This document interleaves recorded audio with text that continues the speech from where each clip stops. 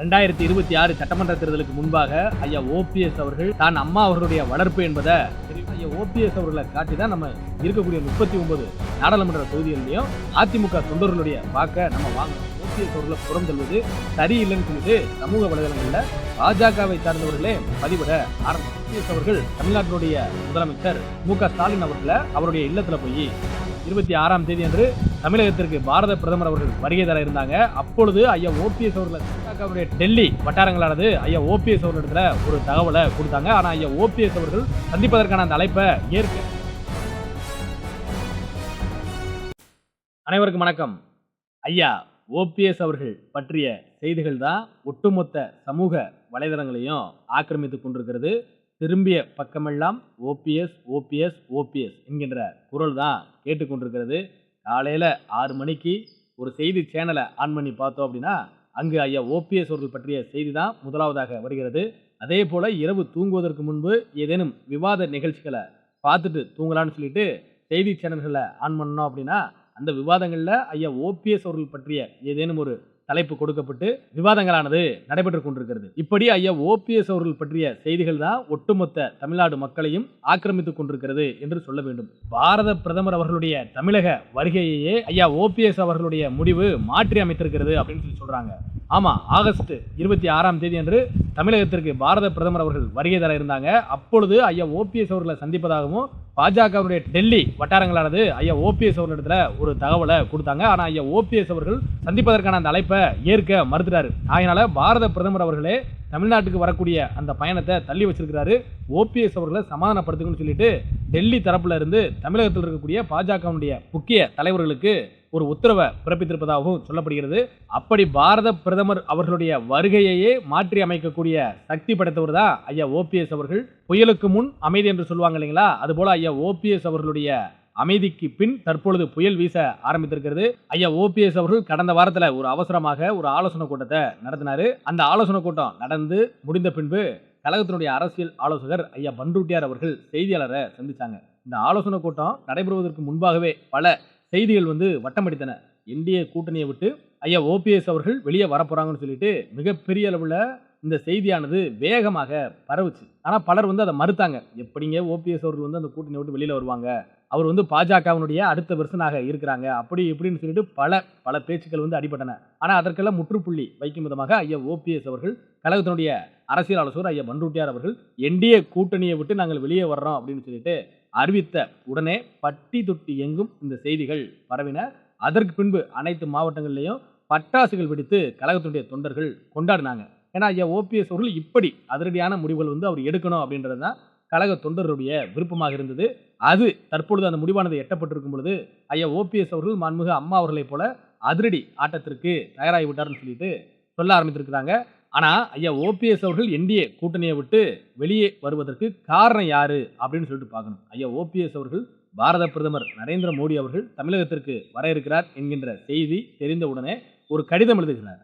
மாண்புமிகு பாரத பிரதமர் அவர்களை சந்திக்க வேண்டும் என்று சொல்லி அதற்கு முன்பாகவே தமிழகத்தினுடைய பாஜகவினுடைய தலைவராக இருக்கக்கூடிய நயினார் நாகேந்திரன் அவர்களுக்கு இந்த தகவலை கொடுக்க வேண்டும் என்பதற்காக அவரை தொடர்பு கொள்ள முயற்சிக்கிறாங்க.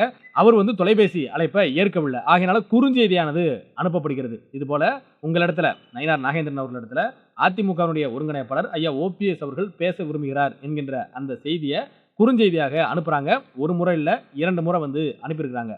அதை பார்த்தும் கூட நயினார் நாகேந்திரன் அவர்கள் மீண்டும் அவர் ஐயா ஓபிஎஸ் அவர்களுக்கு தொலைபேசி மூலியமாக அழைப்பு கொடுக்கவில்லை. இப்படி இருக்கும் பொழுது சமூக வலைதளத்தில் ஐயா ஓபிஎஸ் அவர்கள் பாரத பிரதமர் அவர்களை சந்திக்க விரும்புவதாக ஒரு கடிதமானது வட்டமடித்தது. அது மிகப்பெரிய அளவில் பேசு பொருளாகவும் மாறியது. அந்த கடிதத்தில் ஐயா ஓபிஎஸ் அவர்கள் பயன்படுத்திய அந்த வார்த்தையை அதிமுக தொண்டர்களை என்னங்க ஐயா ஓபிஎஸ் அவர்கள் இந்த அளவுக்கு இறங்கி போய் பாரத பிரதமர் அவர்களை சந்திப்பதற்காக அந்த கடிதத்தில் வார்த்தைகளை பயன்படுத்தியிருக்கிறாரே அப்படின்னு சொல்லிட்டு கூட கேட்டாங்க. அப்படி இருந்தும் கூட பாஜகவினுடைய மாநில தலைவரோ அல்லது பாஜகவை சேர்ந்த முக்கிய தலைவர்களோ ஐயா ஓபிஎஸ் அவர்களை பாரத பிரதமர் அவர்களை சந்திப்பதற்கான எந்த ஒரு ஏற்பாடையும் செய்யவில்லை. ஆகையினால ஐயா ஓபிஎஸ் அவர்கள் ஒரு முடிவு எடுக்கக்கூடிய ஒரு சூழ்நிலைக்கு தள்ளப்பட்டார். அதன் அடிப்படையில் ஐயா ஓபிஎஸ் அவர்கள் என்டிஏ கூட்டணியை விட்டு நாங்கள் வெளியில் வரணும்னு சொல்லிட்டு ஒரு முடிவை எடுத்தாங்க. இந்த முடிவை அறிவித்த பின்பு பாஜகவினுடைய மாநில தலைவர் என்ன சொல்றாரு, ஏங்க பாரத பிரதமர் அவர்களை சந்திக்க வேண்டும் என்று நினைத்தாரு அப்படின்னா என்கிட்ட சொல்லியிருந்தா நானே ஒரு ஏற்பாடை பண்ணி கொடுத்துருப்பேன்லங்க, அதற்கு எதற்கு அவர் வந்து என்டிஏ கூட்டணியை விட்டு வெளியில போறாருன்னு சொல்லிட்டு நயினார் நாகேந்திரன் அவர்கள் ஒரு பேட்டியை கொடுத்தாரு. அதற்கு பின்புதான் இந்த சம்பவம் வேகம் எடுத்தது. எப்படி நம்ம ஊர்ல கூட ஒரு சுழம் சொல்லுவாங்க, பொறுமைக்கும் ஒரு அளவு இருக்கு அப்படின்னு சொல்லிட்டு. இதுவரைக்கும் ஐயா ஓபிஎஸ் அவர்கள் பொறுமையாக இருந்தார் இல்லைங்களா, அதையெல்லாம் கடந்து அவரும் ஆக்ஷன் மோடுக்கு வர்றாரு. அப்படி இருக்கும்போது செய்தியாளர்கள் வந்து கேள்வி கேட்கிறாங்க. இது போல நயினார் நாகேந்திரன் அவர்கள் வந்து சொல்றாங்க, ஐயா அவர்கிட்ட நீங்க கேட்டிருந்தாலே பாரத பிரதமர் அவர்களை சந்திப்பதற்கான ஒரு வாய்ப்பை அவர் உருவாக்கி தந்திருப்பாருன்னு சொல்லிட்டு அவர் சொல்றாரு. நீங்க அவரிடத்துல இது போல செய்தியை சொல்லவில்லையா என்று கேட்கும் பொழுது மொபைல் போன்ல இருக்கக்கூடிய அந்த ஆதாரத்தை எடுத்து காமிக்கிறாரு. இது போல நான் கால் பண்ணேன், 6 முறை கால் பண்ணோம், அவர் அட்டன் பண்ணல. இது போல இரண்டு வந்து குறுஞ்செய்தி வந்து அனுப்பியிருக்குன்னு சொல்லிட்டு மொபைலையே காமிச்சிட்டாரு. அதற்கு பின்பு அதையும் மறுத்து பேசுறாரு. யாரு? நயினார் நாகேந்திரன் அவர்கள். அந்த மொபைலை காமிக்கக்கூடியதெல்லாம் ஆதாரம் இல்லைன்னு சொல்லிட்டு அவர் பேசிட்டு கடந்து போறாரு. அதற்கு பின்பு ஒரு செய்தியாளர் சந்திப்பானது நடக்கிறது. அதுல நயினார் நாகேந்திரன் அவர்கள் இருக்காங்க, முன்னாள் பாஜகவுடைய மாநில தலைவர் அண்ணாமலை அவர்கள் இருக்கிறாங்க. அப்ப இந்த கேள்வி ஐயா ஓபிஎஸ் அவர்கள் பற்றிய கேள்வி கேட்கும் பொழுது அண்ணாமலை அவர்கள் அப்படியே நயினார் நாகேந்திரன் அவர்களை அழைத்துட்டு அப்படியே போயிடுறாரு. இல்லைங்க, நாங்கள் வந்து வேறு இடத்துக்கு செல்ல வேண்டி இருக்கிறது, அதனால தற்பொழுது இதற்கான விளக்கத்தை கொடுக்கக்கூடிய சூழ்நிலை இல்லைன்னு சொல்லிட்டு கடந்து போயிடுறாரு. இப்படி பரபரப்பான சூழ்நிலைகள் வந்து ஐயா ஓபிஎஸ் அவர்கள் என்டிஏ கூட்டணியை விட்டு வெளியே வந்த பின்பு என்டிஏ கூட்டணிக்கு மிகப்பெரிய இழப்பு அப்படின்னு சொல்லிட்டு பாஜகவில் இருக்கக்கூடிய மூத்த தலைவர்களாக இருக்கட்டும், பாஜகவினுடைய தொண்டர்களாக இருக்கட்டும், அவங்க தொடர்ந்து சமூக வலைதளங்களில் எதிர்ப்பு பதிவை, அதாவது நயினார் நாகேந்திரன் அவர்களுக்கு எதிராகவும் ஐயா ஓபிஎஸ் அவர்களுக்கு ஆதரவாகவும் பதிவு செய்ய ஆரம்பிச்சிட்டாங்க. என்ன காரணம் அப்படின்னா, நடந்து முடிந்த 2024 நாடாளுமன்ற தேர்தலின் பொழுது எடப்பாடி பழனிசாமி அவர்கள் நம்மளை நம்ப வச்சு ஏமாத்திட்டு போனவர். ஆனால் ஐயா ஓபிஎஸ் அவர்கள் நம்மளோட கடைசி வரைக்கும் களத்தில் நின்றவர். அதே போல ஐயா ஓபிஎஸ் அவர்களை காட்டி தான் நம்ம இருக்கக்கூடிய 39 நாடாளுமன்ற தொகுதிகளிலையும் அதிமுக தொண்டர்களுடைய வாக்கை நம்ம வாங்கணும். அப்படி இருக்கும்பொழுது இன்னைக்கு ஐயா ஓபிஎஸ் அவர்களை புறம் தள்ளுவது சரியில்லைன்னு சொல்லிட்டு சமூக வலைதளங்களில் பாஜகவை சார்ந்தவர்களே பதிவிட ஆரம்பிச்சிட்டாங்க. இப்படி ஒரு பக்கம் சென்று கொண்டிருக்கக்கூடிய வேளையில ஐயா ஓபிஎஸ் அவர்கள் தமிழ்நாட்டினுடைய முதலமைச்சர் மு.க. ஸ்டாலின் அவர்களை அவருடைய இல்லத்துல போய் சந்திக்கிறாரு. அதற்கு முன்பாகவே காலையில நடைபயிற்சி செய்யக்கூடிய இடத்துல எதர்ச்சியாக சந்தித்து உரையாடி கொள்கிறாங்க. அதற்கு பின்புதான் இல்லத்துல போய் ஐயா ஓபிஎஸ் அவர்கள் தமிழகத்தினுடைய முதலமைச்சர் மு.க. ஸ்டாலின் அவர்களை சந்திக்கிறாங்க. அதற்கு ஒரு கட்டுக்கதையை கட்டிட்டாங்க எடப்பாடி பழனிசாமி தரப்போ நயினார் நாகேந்திரன் அவருடைய ஆதரவாளர்களும். ஐயா ஓபிஎஸ் அவர்கள் வந்து திமுகவில் போய் சேர போறாரு, ஐயா ஓபிஎஸ் அவர்கள் தாவேக்காவோட கூட்டணி வைக்க போறாரு, இல்ல தாவேக்காவிலே போய் இணைய போறாருன்னு சொல்லி இப்படி ஒரு கட்டுக்கதையை கட்டி விட்டுட்டாங்க. ஆனா ஐயா ஓபிஎஸ் அவர்கள் தமிழகத்தினுடைய முதலமைச்சர் திரு மு.க. ஸ்டாலின் அவர்களை சந்தித்தது எதற்காக அப்படின்னா, அவர் மருத்துவமனையில 2 தினங்களாக மருத்துவ சிகிச்சை பெற்று வந்தாரு. அதே போல தமிழக முதலமைச்சர் அவர்களுடைய சகோதரர் மு.க. முத்து அவர்களுடைய மறைவிற்கு ஐயா ஓபிஎஸ் அவர்கள் நேரில் செல்லக்கூடிய ஒரு சூழ்நிலை இல்லாமல் இருந்தது. ஆகையினால அதற்கு ஆறுதல் சொல்வது போலையும் ஐயா ஓபிஎஸ் அவர்கள் இந்த சந்திப்பை நடத்தியிருந்தாங்க. ஆனா அது வேறு விதமாக கட்டுக்கதைகளை கட்டி விட்டு அதுல ஒரு சந்தோஷத்தை அடைஞ்சாங்க எடப்பாடி பழனிசாமி தரப்பும் நயினார் நாகேந்திரன் அவர்களுடைய தரப்பும். ஆனா ஐயா ஓபிஎஸ் அவர்கள் ரொம்ப கிளியரா சொல்லிட்டாங்க. சமீபத்தில் ஐயா ஓபிஎஸ் அவர்கள் ஒரு அறிக்கையை வெளியிட்டு இருந்தாங்க. அதுல என்ன சொன்னாங்க அப்படின்னா, கூட்டணி பற்றிய எந்த ஒரு கருத்தையும் நம்மளுடைய கழகத்தை சேர்ந்த செய்தி ஊடகங்களுக்கு பேச செல்லக்கூடியவர்களோ அல்லது நம்முடைய கழகத்தை சேர்ந்த தொண்டர்களோ யாரும் எக்காரணம் கொண்டும் நீங்கள் அது போன்ற கூட்டணி பற்றிய கருத்துக்களை தெரிவிக்க கூடாது. அதே போல கூட்டணி பற்றிய முடிவை தேர்தல் நெருங்கக்கூடிய வேளையில மாவட்ட கழக செயலாளர்கள் மற்றும் தலைமை கழக நிர்வாகிகளோடு ஒரு ஆலோசனை நடத்தி அதற்கு பின்பு உரிய நேரத்தில் அந்த முடிவானது எடுக்கப்படும் சொல்லிட்டு ஐயா ஓபிஎஸ் அவர்கள் சொல்லியிருந்தாங்க. அதற்கு மேலும் ஒரு விஷயத்தை சொல்லியிருந்தாங்க. என்ன சொன்னாங்கன்னா, தமிழ்நாட்டில் திமுகவினுடைய ஆட்சியில் நடக்கக்கூடிய அவலங்களை மக்களுக்கு எடுத்துரைக்கும் விதமாக அங்கங்க பொதுக்கூட்டத்தை நடத்துங்கன்னு சொல்லிட்டு ஐயா ஓபிஎஸ் அவர்கள் சொன்னாங்க.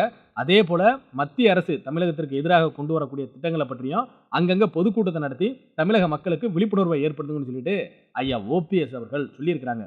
ஒரு அரசியல்வாதி, அனைத்து இந்திய அண்ணா திராவிட முன்னேற்ற கழகத்தினுடைய ரத்தம் ஓடக்கூடிய ஒரு அரசியல்வாதி என்ன செய்வாரோ அதை ஐயா ஓபிஎஸ் அவர்கள் செய்திருக்கிறார். திமுகவிற்கு எதிராக அங்காங்கே பொதுக்கூட்டத்தை நடத்துங்க, மத்திய அரசு தமிழகத்திற்கு எதிராக கொண்டு வரக்கூடிய அந்த திட்டங்கள் பற்றி விளக்கத்தை கொடுக்கக்கூடிய வண்ணமாக ஆங்காங்கே பொதுக்கூட்டத்தை நடத்துங்கன்னு சொல்லிட்டு அதிரடி ஆட்டத்தை ஐயா ஓபிஎஸ் அவர்கள் துவங்கி இருக்கிறாரு. அடுத்து வரக்கூடிய 6-7 மாதத்துல தமிழக அரசியல் களம் மிகப்பெரிய பல மாற்றங்களை, பல மாறுதல்களை, பல அதிசயங்களை, பல அற்புதங்களை பார்க்க இருக்கிறது. 2026 சட்டமன்ற தேர்தலுக்கு முன்பாக ஐயா ஓபிஎஸ் அவர்கள் தான் அம்மா அவர்களுடைய வளர்ப்பு என்பதை நிரூபிப்பாரு. 2026 ஐயா ஓபிஎஸ் அவர்கள் அதிமுகவுடைய தலைமையாக இருந்து மிகப்பெரிய மெகா கூட்டணியை கட்டமைத்து இருபெரும் தெய்வங்களுடைய ஆட்சியை அமைப்பார். நன்றி, வணக்கம்.